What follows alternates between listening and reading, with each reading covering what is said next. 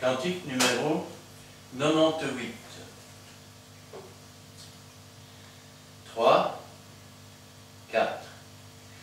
Gloire et puissance, honneur à l'agneau. Gloire à l'agneau. Gloire à l'agneau. Gloire et puissance, honneur à l'agneau. Car il est notre roi. Gloire.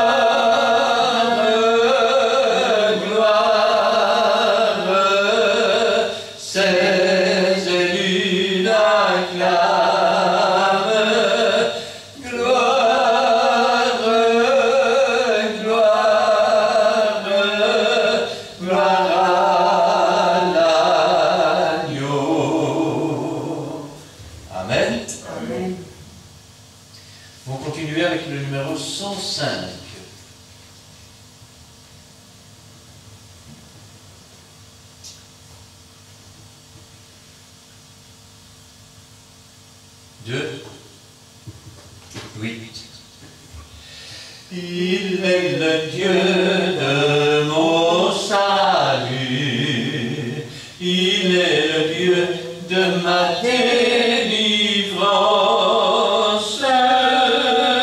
un Dieu d'amour, un Dieu d'espérance, alléluia, alléluia, il est le Dieu de mon salut.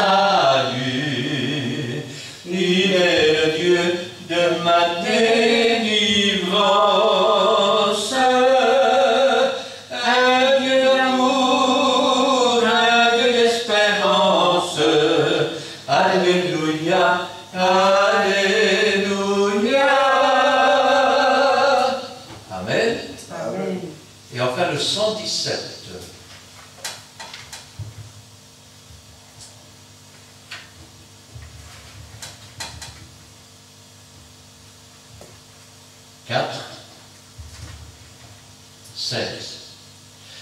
J'ai confiance en mon Seigneur le long du chemin. J'ai confiance en mon Seigneur et il tient ma main à travers l'orage grondant. Mon cœur reste en paix. J'ai confiance en mon Seigneur et je suis gardé. C'est l'ami fidèle, le plus tendre ami. En toute assurance, je m'appuie sur lui. À travers l'orage grondant, mon cœur reste en paix. J'ai confiance en mon Seigneur et je suis gardé. Amen. Amen. Cet après-midi, j'aimerais bien surprendre la parole de Dieu avec nous. Et j'aimerais la prendre dans l'évangile de Matthieu,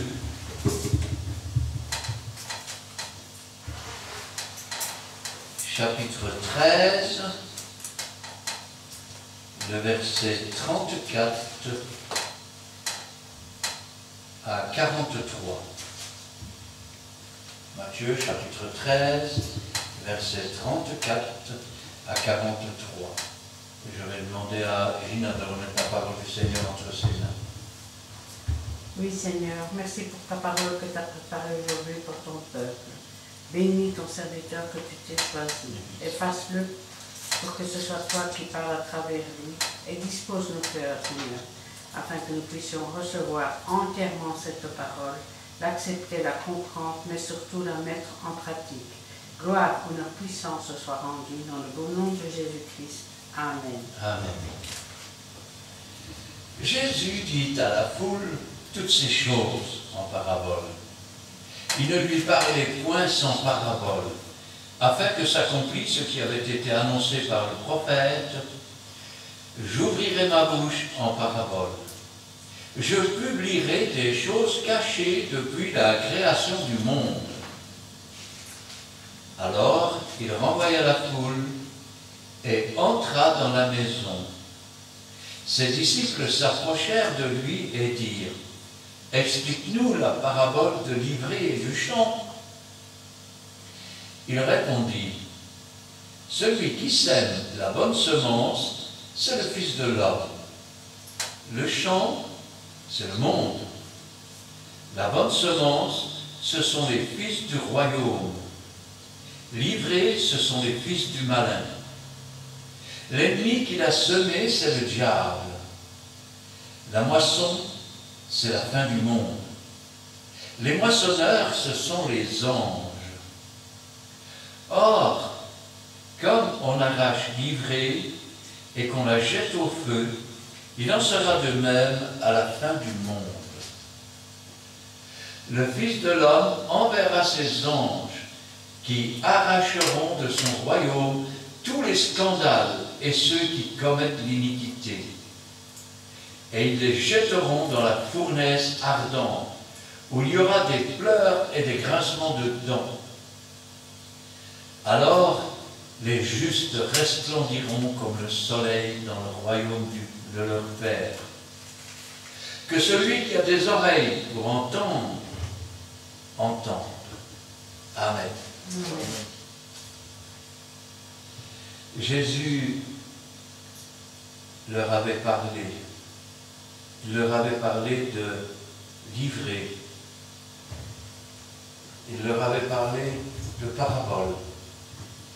Et les disciples ne comprenaient pas toujours les paraboles. Pour une bonne et simple raison. Rappelez-vous que même s'ils avaient reçu les dons du Saint-Esprit, même s'ils avaient les ministères, ils n'étaient pas baptisés du Saint-Esprit. Et puis, Jésus était là aussi pour les enseigner. Jésus dit à la foule ces choses en parabole. Et il n'y parlait pas autrement qu'en parabole. Pourquoi? Parce que une parabole, c'est, nous connaissons tous la parabole qui sert à avoir les ondes de télévision, c'est-à-dire c'est une forme concave, au milieu de laquelle il y a une antenne, et chaque fois qu'un rayon frappe contre le bord de l'antenne, automatiquement, avec l'inclinaison, il est redirigé vers le centre qui est l'antenne réceptrice. Alors, la parabole, c'est un peu ça. En Belgique, on dit « il tourne autour du pot ». Ça veut dire qu'il raconte une histoire pour faire comprendre. Vous savez, c'est un peu comme l'histoire du corbeau et du renard. La moralité de cette histoire qu'il y avait à comprendre, c'est que tout flatteur vit au dépend de celui qui l'écoute.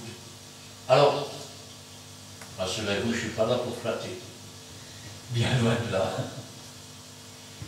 Alors, je publierai des choses cachées depuis la création du monde. Ça veut dire que dans les choses que nous lisons, il y a des choses qui ont été cachées depuis la fondation du monde et que Jésus révèle. Il y a même des choses qu'il dit et que l'on pourrait appeler comme sous-entendues. La première chose qu'il fait, il renvoie la foule. Il entre dans la maison. Et là va commencer une conversation avec les disciples. Ses disciples s'approchèrent de lui et dirent « Explique-nous la parabole de l'ivraie et du champ. » Alors, vous savez, dans le champ qui est le monde, il y a l'ivraie et il y a le blé. Quelle différence y a-t-il? Au départ, aucune. Elles ont toutes les deux, que ce soit l'ivraie ou le blé, elles ont la même apparence. Mais au moment de porter du fruit, le blé porte des grains. L'ivraie n'en porte pas. Quelqu'un va même proposer d'arracher l'ivraie. Mais le Seigneur dira non. Laissez-les croître ensemble. Parce que si vous arrachez l'ivraie, vous allez déraciner du bon blé. Que signifient ces choses-là? Je vais vous donner un exemple. Un jour, je me trouvais dans une église à Dampremy. C'était le jour de Pentecôte et je prêchais. Et à un moment donné, en plein milieu de la prédication, comme si Dieu était un Dieu de désordre, un homme se lève et commence à parler en langue. Enfin, c'est ce qu'il dit. Vous savez, il y a beaucoup de gens qui font semblant. Oh, je n'ai pas dit que parler en langue n'était pas une bénédiction de Dieu. C'est ce qui peut vous arriver de mieux si vous avez besoin de vous construire. Je dis que cet homme était là pour troubler l'ordre. Alors je l'ai laissé. J'aurais pu le dénoncer et lui dire, frère, taisez-vous. On n'est pas ici pour faire n'importe quoi. Mais il aurait répliqué, vous vous opposez au Saint-Esprit. Voyez, vous vous tenez sur la tribune et vous ne laissez même pas le Saint-Esprit agir et parler. Ça aurait déstabilisé des jeunes pousses de chrétiens qui se seraient posé la question, tiens, le frère, il s'oppose au Saint-Esprit. Alors je l'ai laissé parler. Puis il s'est rassis sur sa place. Et quand il a eu terminé, je l'observais, droit dans les yeux. Une minute. Vous savez, une minute de silence quand toute l'Église attend que vous disiez quelque chose, c'est long. À un moment donné, il y avait deux pasteurs qui étaient là, et ils me font du non. Puis j'entends, il y en avait deux autres qui étaient là, ils me disent, et je dis non. Et une minute plus tard, j'avais une montre en face de moi. Une minute plus tard, je dis, bon, ben, puisqu'il n'y a pas de traduction, et comme Dieu est un Dieu d'ordre et qu'il faut être sage, dans l'Église, il vaut mieux se taire. Là, il avait échoué dans son plan. Si vous essayez d'arracher l'ivraie, vous savez, c'est un peu comme quand vous reprenez quelqu'un, et puis il est arraché, il s'en va. Puis il rencontre des jeunes chrétiens. On te voit plus à l'église. Oh non, je ne vais plus, c'est de la faute du pasteur. C'est de la faute de la femme du pasteur. C'est de la faute d'un frère à tel. Et il commence à parler sur le dos. Pourquoi faire? Parce qu'en étant arraché, il en arrache d'autres. Ainsi, le Seigneur avait dit de ne pas arracher l'ivraie, mais de les laisser pousser ensemble. Jusqu'au moment de la moisson. Jusqu'au moment de la moisson. Vous savez, nous n'avons pas besoin d'arracher quoi que ce soit. Réfléchissons un petit peu. Est-ce que les injustes résistent dans la maison des justes? Nous n'avons donc pas besoin ni de les viser, ni de, je vais dire, de s'opposer à eux. Ils vont d'eux-mêmes s'en aller, parce qu'ils comprendront que là, ça ne marche pas. Et que dans une église de Dieu, c'est le Saint-Esprit qui parle.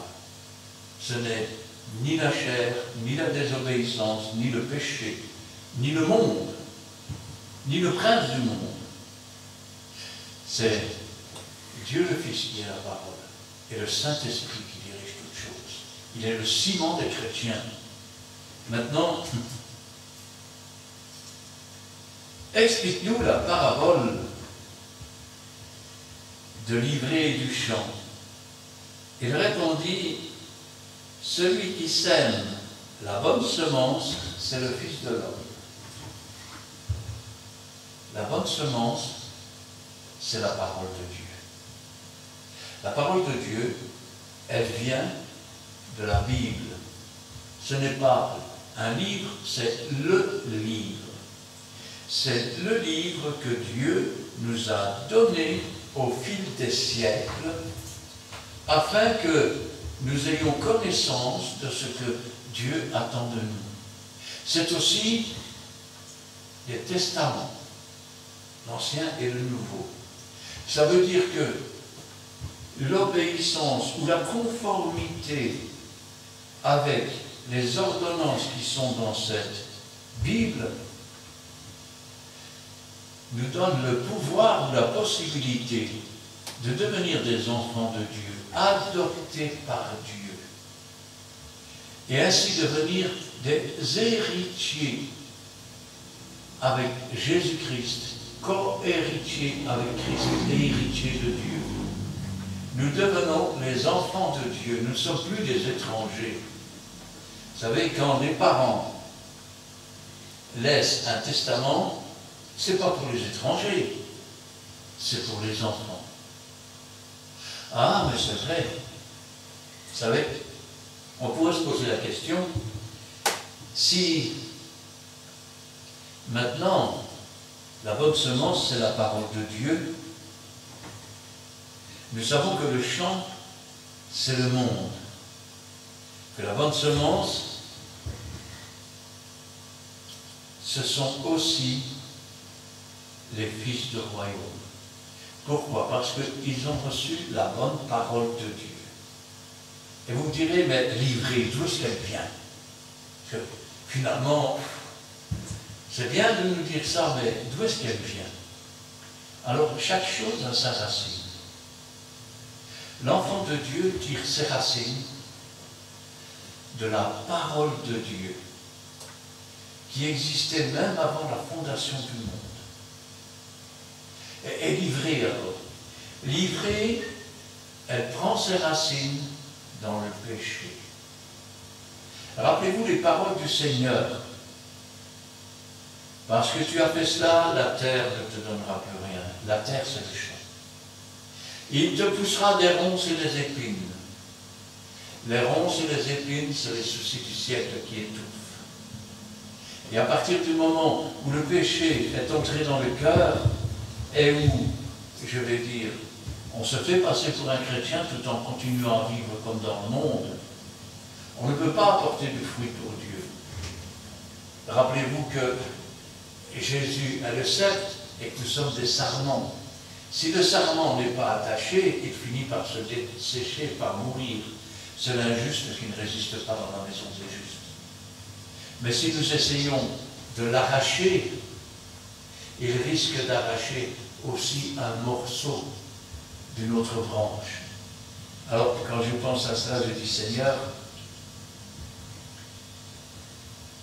la bonne semence, ce sont les fils du royaume.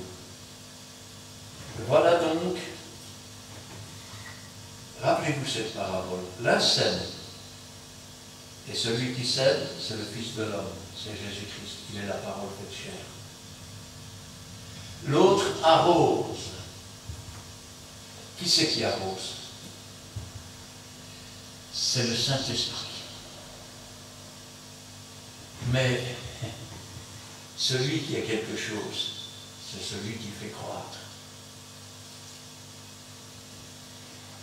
L'ivraie, ce sont les fils du malin. Pourquoi les fils du malin sont-ils entrés et ont-ils pu entrer dans le champ? Ça aussi, c'est une bonne question, non? Est-ce qu'on a oublié de prier? Est-ce qu'on a oublié de veiller? Tenez, chacun de ceux qui regardent la vidéo peut répondre pour lui-même. Tu as prié pour ceux qui te gouvernent? Tu as prié pour tous ceux qui sont esclaves du péché? Tu as prié pour tous ceux qui sont opprimés par le diable? Alors dans certaines églises, il n'y a plus de bon blé sur les tribunes. Ce n'est que de l'ivrée.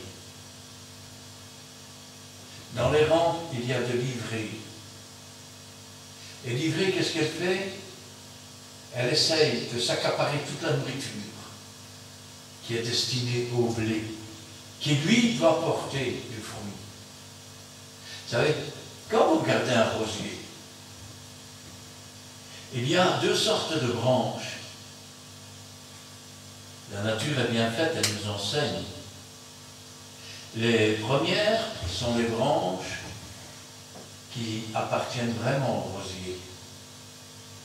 Elles vont porter entre 3 et 5 feuilles maximum. Et elles porteront des beaux boutons de rose. À côté de cela, il y a des tiges. Des tiges qui poussent avec une vitesse telle, mais en fait, elles fatiguent la plante. Elles usent la plante. Elle saisit tout ce qu'elle peut, mais pour elle-même. Cette tige, que l'on appelle un gourmand, portera entre 7 et 9 feuilles. Elle va bien se faire remarquer, mais elle ne portera pas de roses. Elle ne portera que des roses sauvages. Rien à voir avec la qualité. Quand vous regardez un champ de pommes de terre,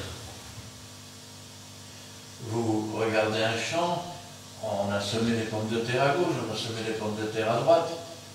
Si vous regardez avec vos yeux, vous regardez le champ de droite, oh, il y a des feuillages, grands comme ça. Oh, ouais, au moins comme ça. Et puis, celui de gauche, les feuillages sont comme ça, avec quelques petites fleurs. Vers quel champ seriez-vous tenté d'aller? Vous direz, ben, celui qui a l'air d'avoir des plantes avec des beaux feuillages et tout. Oui, mais quand vous retirez la plante, au bout du feuillage, il y a une pomme de terre qui est desséchée, qui est morte. Rien d'autre. Alors que l'autre, vous avez aussi la pomme de terre qui est morte. Mais les feuillages n'ont pas pris toute la sève. Et elle a pu ainsi faire des racines et donner naissance à des nouvelles pommes de terre. De même, l'ivrée ne peut pas donner naissance à des chrétiens. Et le chrétien donne naissance à de nouveaux chrétiens. Non pas que ce soit lui toutefois, mais la grâce du Seigneur qui est en lui. Car rappelez-vous que Dieu nous a donné le ministère de la réconciliation. Il nous a donné le pouvoir, par la parole et par l'Esprit, de réconcilier les âmes avec Jésus-Christ et avec Dieu. L'ennemi, ce qu'il a semé, c'est le diable. Vous voulez dire que l'ivrée sont les fils du malin? Nous sommes entrés aujourd'hui dans ce que l'on appelle les temps d'apostasie, c'est-à-dire l'abandon de la foi. Alors, laissez-moi vous dire que quiconque se prétend chrétien, j'ai bien dit se prétend, et ne croit pas en la résurrection de Jésus, c'est de l'ivrée. Quiconque se prétend chrétien et ne croit pas en ce que Jésus va revenir et régner pendant 1000 ans sur cette terre, c'est de l'ivrée. Quiconque se dit chrétien et ne croit pas que Dieu va faire une nouvelle terre, des nouveaux cieux et une cité céleste, une demeure, comme il l'a dit lui-même, c'est de l'ivrée. Quiconque ne croit pas que l'ange de l'Éternel campe autour de ceux qui le craignent et les arrache au danger, c'est de livrer. Je crois, non pas, je vais dire, à la destinée, le hasard en quelque sorte. Le hasard n'existe pas. Dieu nous a prédestinés. Avant la fondation du monde, Dieu nous avait déjà destinés à être ce que nous sommes en tant que chrétiens. Quand je pense à cela, je dis, Seigneur, c'est quand même formidable de savoir que, alors que nous n'existions même pas encore, alors qu'il n'avait pas encore fait le premier grain de poussière de la terre, alors que tout était vide, qu'il y avait des ténèbres à la surface de l'abîme, que l'Esprit de Dieu se mouvait au-dessus des eaux, Dieu avait déjà son plan. Dieu savait que nous serions un jour ici. Et Dieu avait déjà préparé pour nous, afin que le moment venu, nous puissions bénéficier de sa bonté, de sa miséricorde. Il est vrai que le diable a mis souvent de livrées à côté du bon blé. Vous savez pourquoi? Pour essayer de détourner le bon blé. Les fils du diable entourent souvent les enfants de Dieu. Vous savez pourquoi? Parce qu'ils essayent de l'épuiser, de le fatiguer, de le faire tourner en rond, à droite, à gauche. Et ça ne se passe pas seulement au niveau des chrétiens, ça se passe aussi au niveau des pasteurs. Des entraîneurs qui vont à tout vent de doctrine.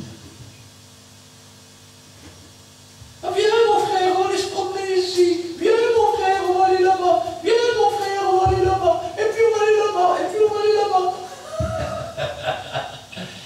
Mais pendant ce temps, tu n'es pas à ton poste, tu es ailleurs.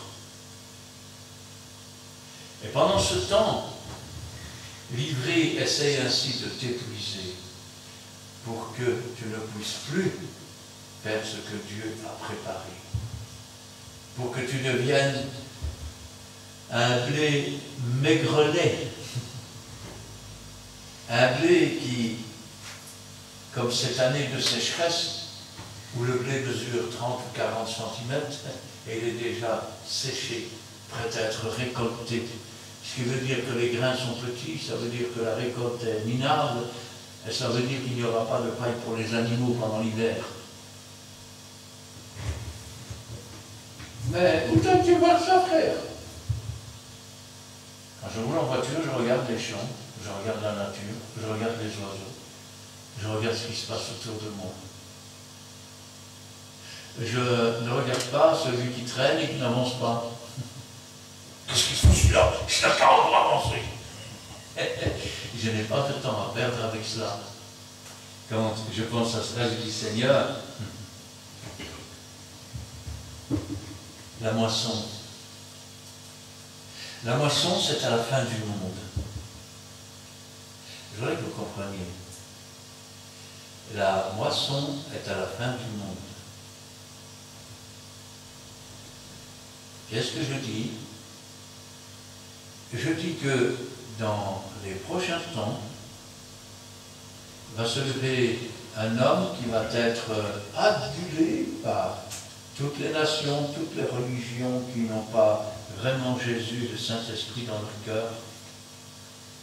Cet homme viendra avec son faux prophète. C'est celui que l'on appelle Antéchrist, celui qui s'oppose à Christ, celui qui est livré de livrer, comme Jésus est le Seigneur des Seigneurs. Celui-là va entraîner toutes les nations pour essayer de détruire Israël.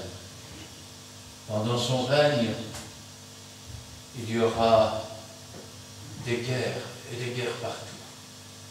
Parce qu'il ne s'appuiera sur aucun Dieu. Il détestera tous les dieux. Il ne s'appuiera que sur un seul Dieu, le Dieu des forteresses. c'est un homme de guerre, qui est là pour faire la guerre, rien d'autre. Et au moment où Israël se dirigera vers le mont des Oliviers, alors Jésus-Christ viendra pour établir son règne. Et avant cela, avant que Jésus ne vienne pour établir son règne, je vous ai dit qu'il a détesté toutes les religions. Il va faire mettre à mort le maximum des chrétiens. C'est alors que la voix de l'archange se fera entendre, que le son de la trompette de Dieu se fera entendre, que Jésus-Christ apparaîtra sur les nuées, que les morts en Christ ressusciteront premièrement, et que les vivants qui seront restés vivants dans l'attente de l'avènement du Seigneur seront transformés en un instant. Et on partira à la rencontre du Seigneur pour être toujours avec lui. Ça veut dire que quand Jésus revient pour régner, nous sommes aussi avec lui.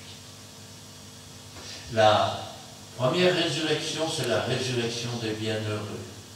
Heureux ceux qui ont part à la première résurrection.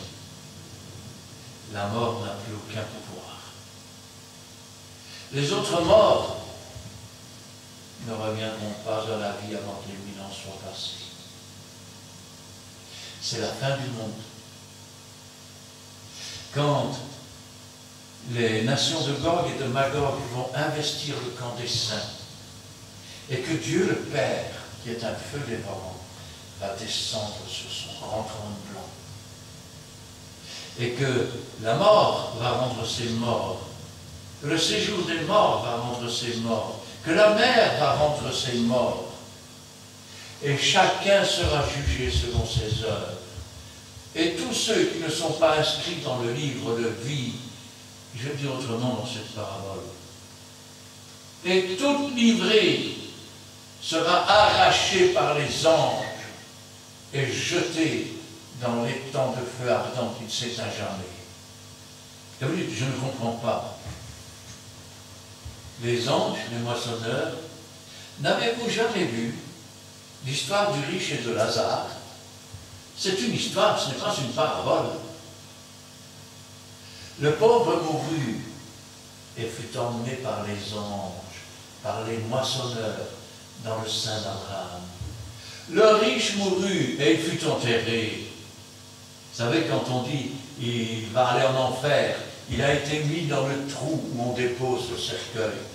Et son âme n'a pas pu s'élever. Elle n'a pas pu ni aller dans le sein d'Abraham, ni aller dans le paradis plus tard. Elle a été dans le séjour des morts, où il y a une flamme cruelle qui tourmente, où il y a des grincements de dents. Et de là, il disait, envoie Lazare pour qu'il trempe son doigt, que je puisse. Il y a un abîme tellement grand. Et l'abîme encore grandit, puisque Jésus a emmené les captifs sur les hauteurs, c'est-à-dire dans le jardin de Dieu. Déjà à l'époque, on ne savait pas passer d'un côté ou aller dans l'autre. Alors si quelqu'un t'a dit, une fois que tu es mort, tu iras au purgatoire, c'est un ivré, un fils du malin.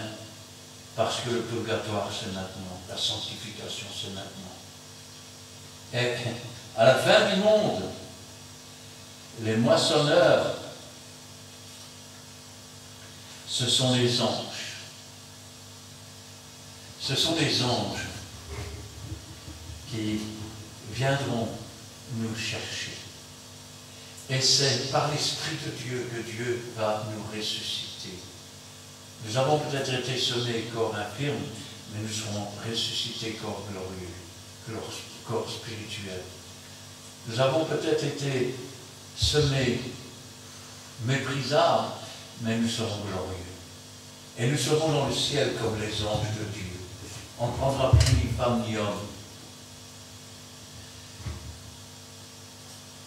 Que faire alors si on est livré? Comment s'en sortir? C'est la puissance et le miracle de Dieu. Si maintenant, tu te rends compte que tu n'obéis pas à Dieu, tu te rends compte que tu ne portes pas les fruits, tu te rends compte que certains ont quelque chose que tu n'as pas. Alors approche-toi de Dieu. Repens-toi. Change de vie. Et le miracle, c'est que le fils du malin que tu as été va disparaître. Et le fils de Dieu que tu aurais dû être va commencer à naître. Une nouvelle naissance. Pour que tu deviennes à ton tour du bon blé. C'est pour ça aussi que Dieu ne les arrache pas.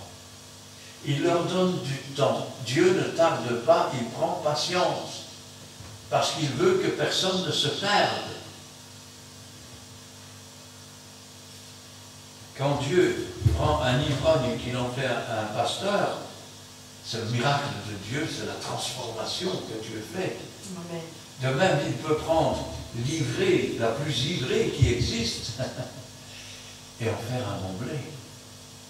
Il est le potier qui brise le vase, qui en fait une masse de vase vide, et qui fait un vase d'honneur avec. Quand je pense à ça, je dis, Seigneur, ne dis pas il est trop tard. Si tu n'as pas eu la connaissance de la parole de Dieu, si tu n'as pas goûté à l'Esprit de Dieu, si tu n'as pas goûté à la bénédiction de Dieu, il n'est pas encore trop tard. Aujourd'hui est le jour du salut. Ne remets pas demain. Tu ne sais pas ce qu'un jour peut engendrer. Aujourd'hui tu es là et dans une heure peut-être tu seras parti. Parce qu'il y a deux choses que tu ne connais pas, c'est le jour de ta naissance et le jour de ta mort. Ils ont été fixés par Dieu.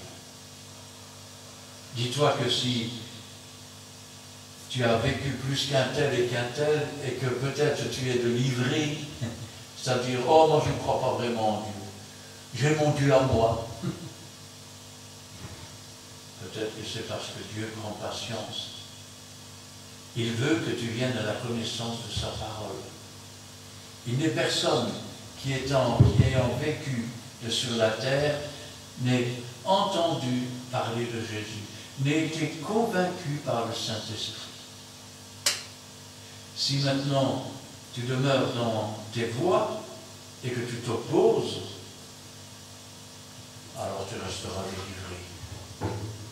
Alors à la fin du monde, les anges viendront et toi, tu seras jeté dans les temps ardents de feu qui ne s'éteint jamais. Mais comme je ne connais ni le jour ni l'heure, c'est peut-être dans 100 ans, peut-être dans 1000 ans, car un jour est comme 1000 ans devant Dieu. 1000 ans, c'est comme la veille d'une nuit, 3 heures devant Dieu. Alors, je ne connais ni le jour ni l'heure, mais dis-toi bien qu'avant d'être jeté dans les temps ardents de feu, tu seras jeté dans le séjour des morts, dans le Sheol, là où il y a des pleurs, là où il y a des grincements de dents, là où une flamme cruelle tourmente. Tu as le choix. Quand tu es petit et que tes parents te disent travaille à l'école, plus tard tu auras une belle situation. Oh, ils m'embêtent mes parents. Ils sont toujours là, travail. Mais moi j'ai envie de m'amuser, moi. J'ai envie d'aller promener, j'ai envie de voir mes copains, j'ai envie de voir la télé, j'ai envie de jouer à mes jeux. Mais plus tard, quand tu as grandi et que tu deviens plus sage, tu te dis, mes parents avaient raison. Et qu'est-ce que tu dis à tes enfants? Travaille bien à l'école, comme ça plus tard tu auras une belle situation. Et qu'est-ce qu'ils vous répondent? Oh, tu m'embêtes avec ça, je le sais bien, ah, je vais finir par l'apprendre par cœur. Hein. Et en même temps, ils se disent, mais moi c'est parce que j'ai envie. De même, ce que je vous dis aujourd'hui, oh, laissez-moi tranquille avec votre Dieu. Moi, j'aime bien ma vie, j'aime bien continuer ma tranquillité. Attention, certains enfants n'ont pas travaillé à l'école. Certains enfants n'ont même pas eu leur diplôme d'école primaire. Alors, je vais vous dire un secret, qui n'en est plus un d'ailleurs, Quand j'ai commencé à travailler, j'avais 14 ans. Oh, pas que je ne voulais pas aller à l'école, mais parce que ma mère avait un cancer, elle allait mourir, mon frère devait aller au service militaire et mon père avait besoin d'argent. Mon père m'a dit que quand ton briquet, ton flacon, tu vas travailler. Alors, je suis allé travailler. Et à 18 ans, j'ai toujours aimé les machines.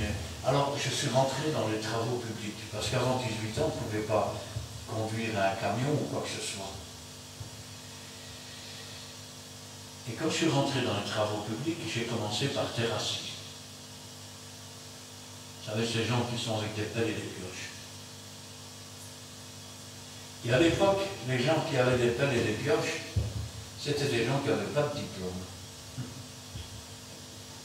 Parce que quand on avait un diplôme de secondaire inférieur, on était conducteur de travaux. Quand on avait un diplôme secondaire supérieur en travaux publics, ben, on était, je vais dire, conducteur de travaux. Ou quand on avait un diplôme, je vais dire, d'école primaire plus quelques années, ben, on était chef d'équipe, ou machiniste. Pendant toutes ces années, je suis allé à l'école. Je travaillais, j'allais à l'école. Et je peux vous dire que quand j'ai quitté pour les travaux publics, eh bien, les gens qui étaient à la terrasse avaient des diplômes de secondaire inférieur. Les mêmes diplômes qui servaient à être conducteur de travaux, à être chef d'équipe. Ça veut dire que dans les années qui vont suivre, nous devons pousser nos enfants autant que nous pouvons pour qu'ils aient de l'instruction. Et nous devons pousser nos frères et nos sœurs le plus loin possible. Dans les derniers temps, la connaissance augmentera, de même qu'elle a augmenté sur les chantiers, de même elle augmente dans la parole de Dieu. Des choses qui étaient cachées et qui aujourd'hui sont révélées.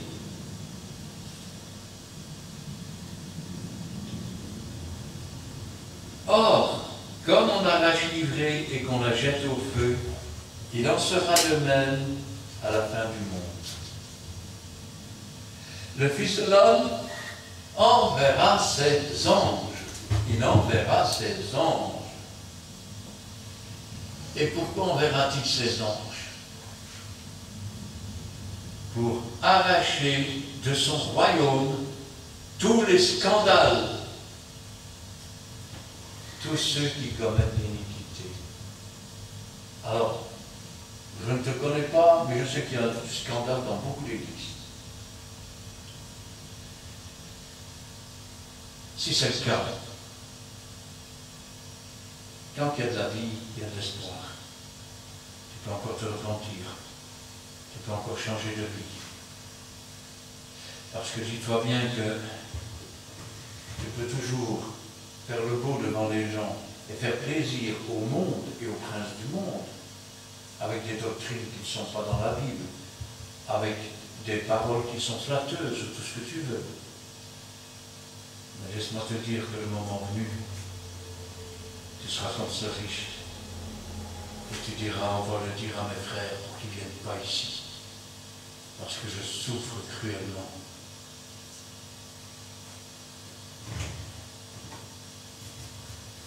La repentance, c'est regretter.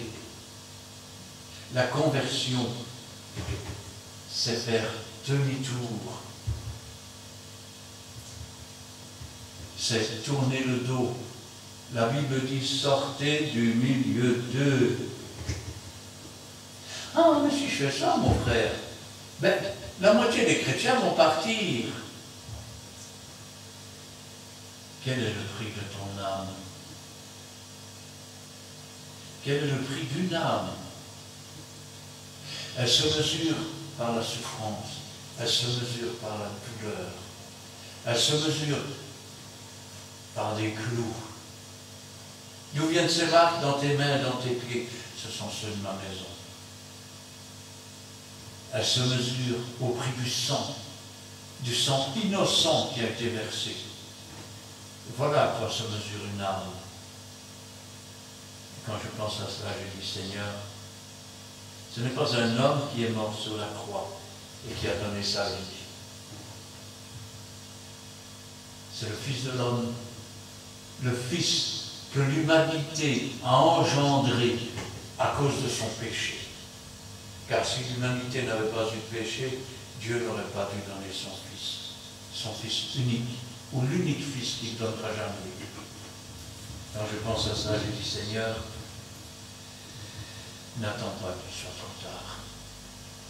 N'attends pas que ton souffle soit coupé et que tu sois jeté dans le séjour des morts, en attendant d'être jeté dans les temps ardents du feu, qui ne s'éteint jamais.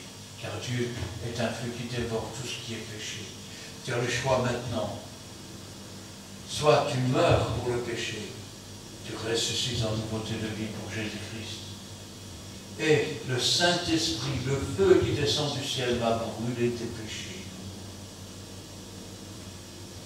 Et le feu de Dieu ne sera plus une menace pour te détruire, parce que toi-même, le feu de Dieu sera en toi. Et ce ne sera qu'une réunion glorieuse entre un maître, un père et ses disciples.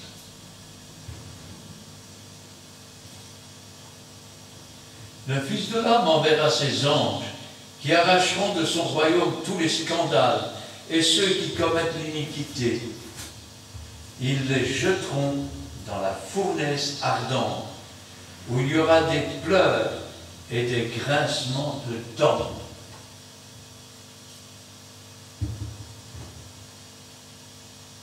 Tu sais, si aujourd'hui quelqu'un entre dans ton église et que Dieu lui a envoyé parce que c'est un prophète, auras-tu peur de ce qu'il pourrait avoir à dire? Imagine-toi qu'il entre dans ton église. Ainsi parle l'Éternel. Voici ce que j'ai contre toi. Seras-tu dans la frayeur? Seras-tu dans la honte? Est-ce que tu deviendras tout rouge, tout bleu, en disant mais. Ou est-ce que tu pourras te tenir droit et dire, parle mon frère le prophète, que nous entendions ce que Dieu a à nous dire. Aujourd'hui, dans 9 églises sur 10, je pense que ce soit les chrétiens ou que ce soit les pasteurs, ils seraient dans la peur, dans la honte. Mais un jour, les scandales vont être arrachés, jetés dans les temps de feu ardents. Frère, votre discours il est dur. Écoute, je ne vais pas t'apprendre ce que tu fais comme péché, tu le sais bien. Alors il ne faut pas faire l'hypocrite. Ça ne me plaît pas. Je ne suis pas là pour te plaire. Et je suis là pour faire mon travail. Le travail que Dieu m'a donné. Le travail que Dieu m'a donné, c'est de dénoncer. Oui, mais toute vérité n'est pas bonne à dire. Seule la vérité t'affranchira. Tant que tu ne regardes pas en face la réalité et tant que tu ne reconnais pas ton iniquité, rien ne pourra changer dans ta vie. Mais si tu la reconnais et que tu te repens, alors la puissance de Dieu descendra sur toi. Alors tes péchés disparaîtront. Le sang de Christ te lavera. Tu pourras te lever et dire, je suis un enfant de Dieu. Je ne peux pas l'expliquer, mais Jésus vit dans mon cœur. Les gens diront, il est fou. Mais la folie de Dieu est plus sage que la sagesse du monde.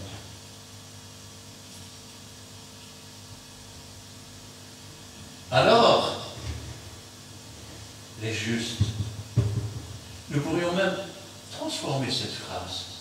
Alors, ceux qui ont été justifiés, parce qu'ils ont accepté le sacrifice de Jésus, parce qu'ils sont devenus des étudiants qui apprennent à la fois des paroles du livre, mais aussi de l'Esprit de Dieu. Car rappelez-vous, ils seront tous enseignés de Dieu.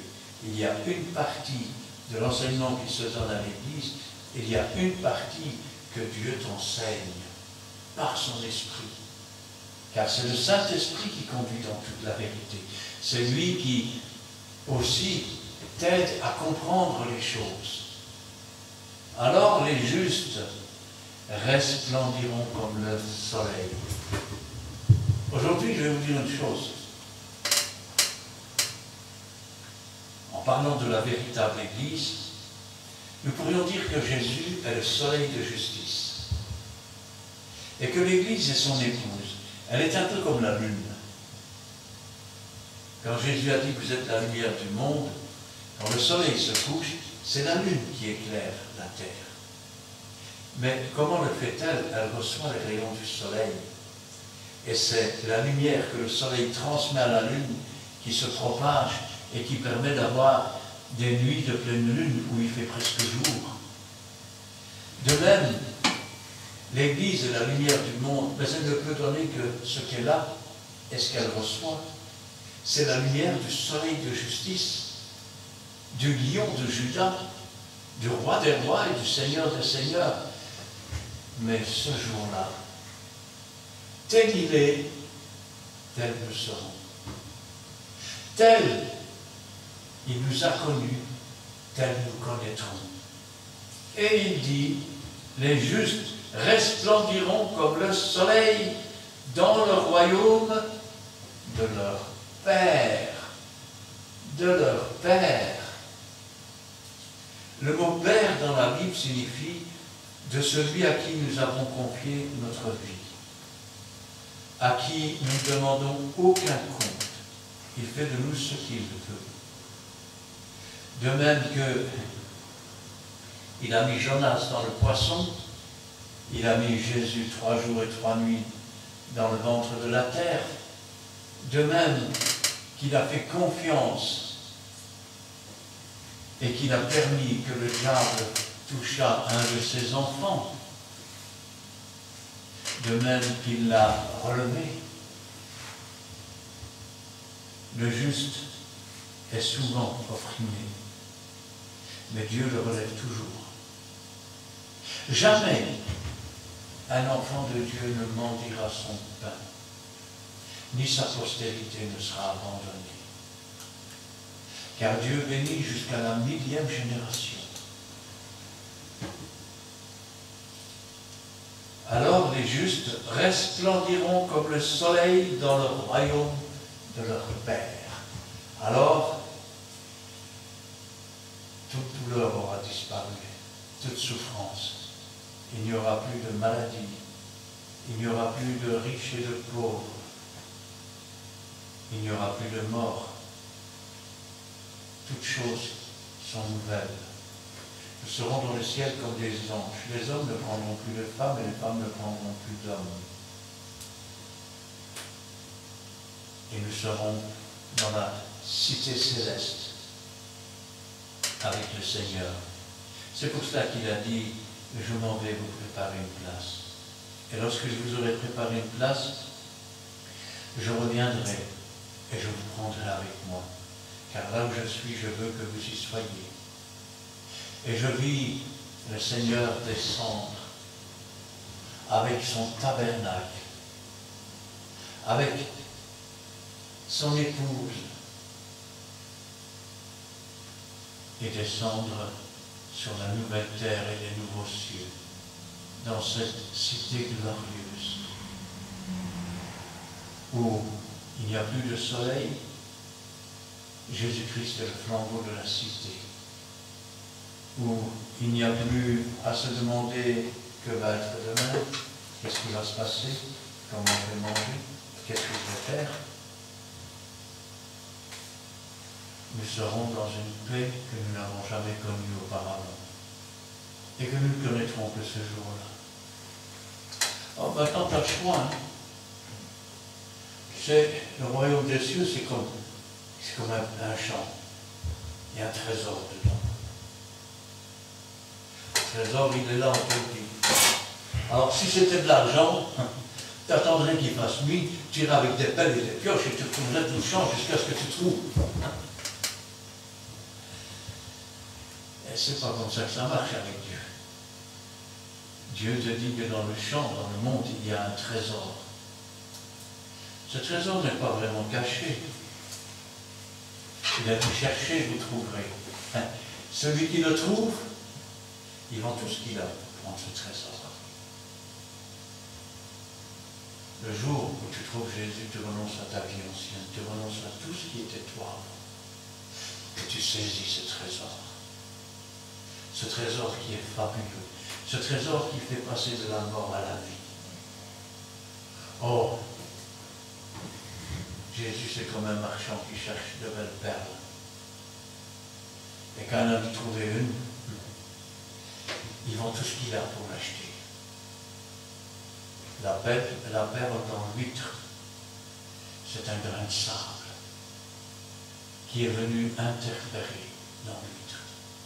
Et pour s'en protéger, elle va faire du nacre. Mais avec le nacre qui grossit, elle est encore plus mal à l'aise. C'est ce corps étranger comme un cancer qui grossit. Et Jésus-Christ, il est venu chercher ce péché. Il a pris ce péché. Il l'a enlevé. Afin que nous puissions à nouveau vivre dans la présence de Dieu. Vivre dans la présence du Saint-Esprit. Vivre des jours de paix et de joie. Cette paix qui surpasse toute intelligence. Cette paix qui va nous conduire un jour à être comme le soleil dans la maison du Père. Amen. Amen. Amen. Nous allons prier. Éternel, notre Dieu, notre Père, nous te louons, nous te rendons grâce. Béni sois-tu et gloire à toi. Ta parole, c'est la vérité, ta parole est la vie. Elle ne ment jamais. Car si les hommes regardent à l'apparence, toi tu regardes au cœur. Et tu sais que quand on a de bonnes choses dans notre cœur, on peut en sortir des bonnes choses. Quand on en a des mauvaises, on peut en sortir que des mauvaises. Parce que là où est notre cœur, là se trouve aussi notre trésor. Béni sois-tu et gloire à toi, Seigneur. Que ta parole maintenant ne retourne pas à toi sans avoir fait ta volonté. Sans avoir parlé au cœur de ceux qui, aujourd'hui, se conduisent comme te livrer, avant qu'il ne soit trop tard, avant que tu ne coupes le fil de leur vie, et qu'ils ne soient dans l'attente du jour où les moissonneurs viendront les jeter dans les temps ardents de feu. Mais bien plutôt, Seigneur, que ta lumière paraisse au sein des ténèbres, qu'elle disperse les ténèbres, Seigneur, et que dans cette lumière, ce qui était de l'ivraie devienne du bon blé, qu'il puisse grandir et porter du fruit, afin qu'un jour, toute ton Église, Seigneur, puisse se retrouver là-haut, tel le soleil de justice, et cela dans la présence de notre Père céleste. Gloire au Père, gloire au Fils, et gloire au Saint-Esprit. Amen.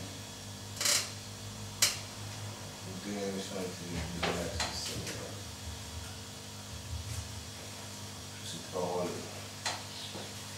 aide-nous, Père Seigneur, à trouver ces trésors.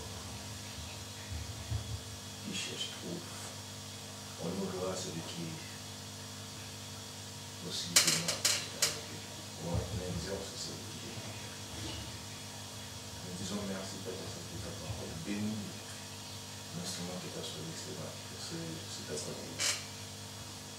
Merci, éternel Dieu, pour ce bon moment que nous avons passé pour toi. Et avec toi, Père Saint, dans ta présence. Merci aussi, Père Saint, parce que tu as plané dans le chemin de retour de nous retourner à la maison. Nous disons merci pour tes bienfaits, pour la vie que tu as planifiée. Merci, Père, pour ces champs qui est le monde. Oh Dieu, tu as révélé une chose de tes parents. Nous te disons merci, éternel Dieu, parce que tu nous aides toujours à faire peut-être ta volonté. Voilà. Par ta puissance, éternel Dieu, par ta protection, éternel Dieu, nous avons trouvé cette ferme conviction. Et c'est tout par ta parole qui nous confirme que réellement tu es avec nous jusqu'ici. Tu nous abandonnes pas, tu es toujours là jusqu'à la fin du temps. Merci Dieu tout-puissant de tous nos cœurs. Nous voulons te lever et te prier dans le nom précieux de notre Seigneur Jésus-Christ. Amen. Amen. Merci Seigneur pour cet instant béni face à ta présence. Merci Seigneur car encore aujourd'hui tu as parlé à ton peuple réuni devant toi.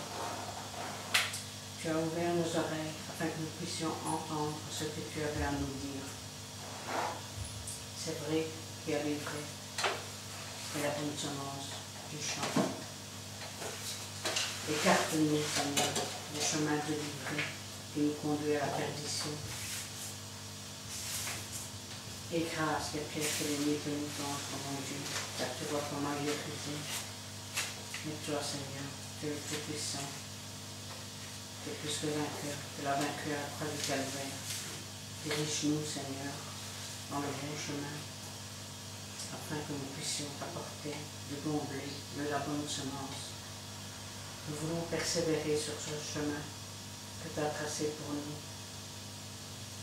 Mais interviens aussi, Seigneur, pour tous ceux qui sont en gouffre, enivrés, Seigneur, et qui tombent dans le chemin de la perdition. Travaille leur cœur, Seigneur, afin qu'ils se repentent, Seigneur, et qu'ils se tournent vers toi, au nom puissant de Jésus-Christ, Seigneur. Merci, Seigneur, car tu es un tendre Père qui nous aime tous d'un amour éternel, et tu veux ce qu'il y a de bien, de mieux, de meilleur pour nous. C'est pourquoi nous voulons marcher de mieux en mieux vers toi, Seigneur. Nous voulons faire ta volonté.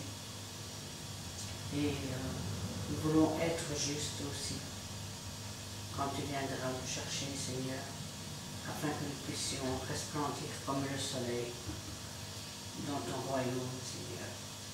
Merci, Seigneur, car nous t'aimons, Seigneur, aussi, comme tu nous as aimés le premier.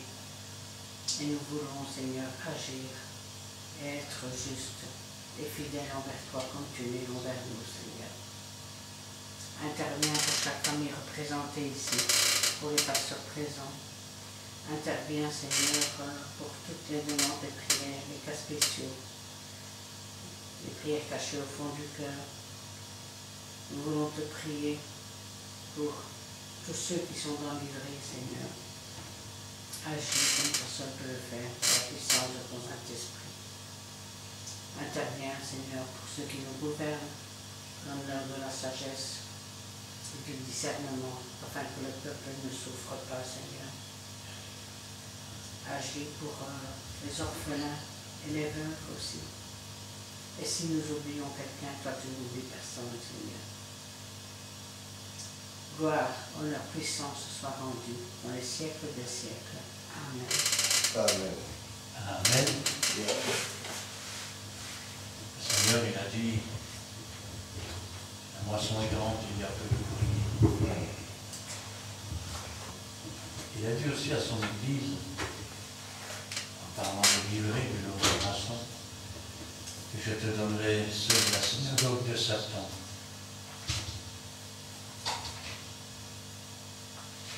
Il a dit aussi que celui qui a des oreilles pour entende, et nous pourrions ajouter ce que dit le Seigneur de gloire et l'Esprit de Dieu. Amen. Amen. Cantique numéro 121. Nous terminerons avec celui-là.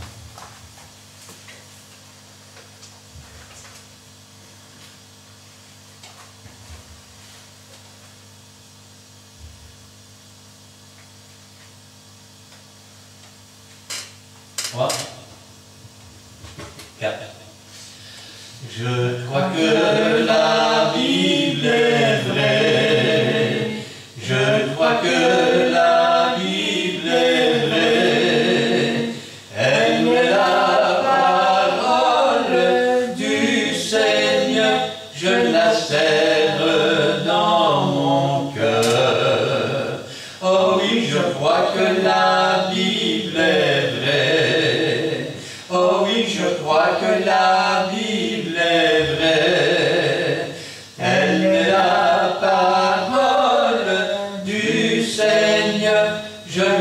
demeure dans mon cœur. Amen. Amen. Que l'Éternel te bénisse et qu'il te garde. Que l'Éternel fasse luire sa face sur toi et qu'il t'accorde sa grâce. Que l'Éternel tourne sa face vers toi et qu'il te donne la paix. Amen Amen. et Amen.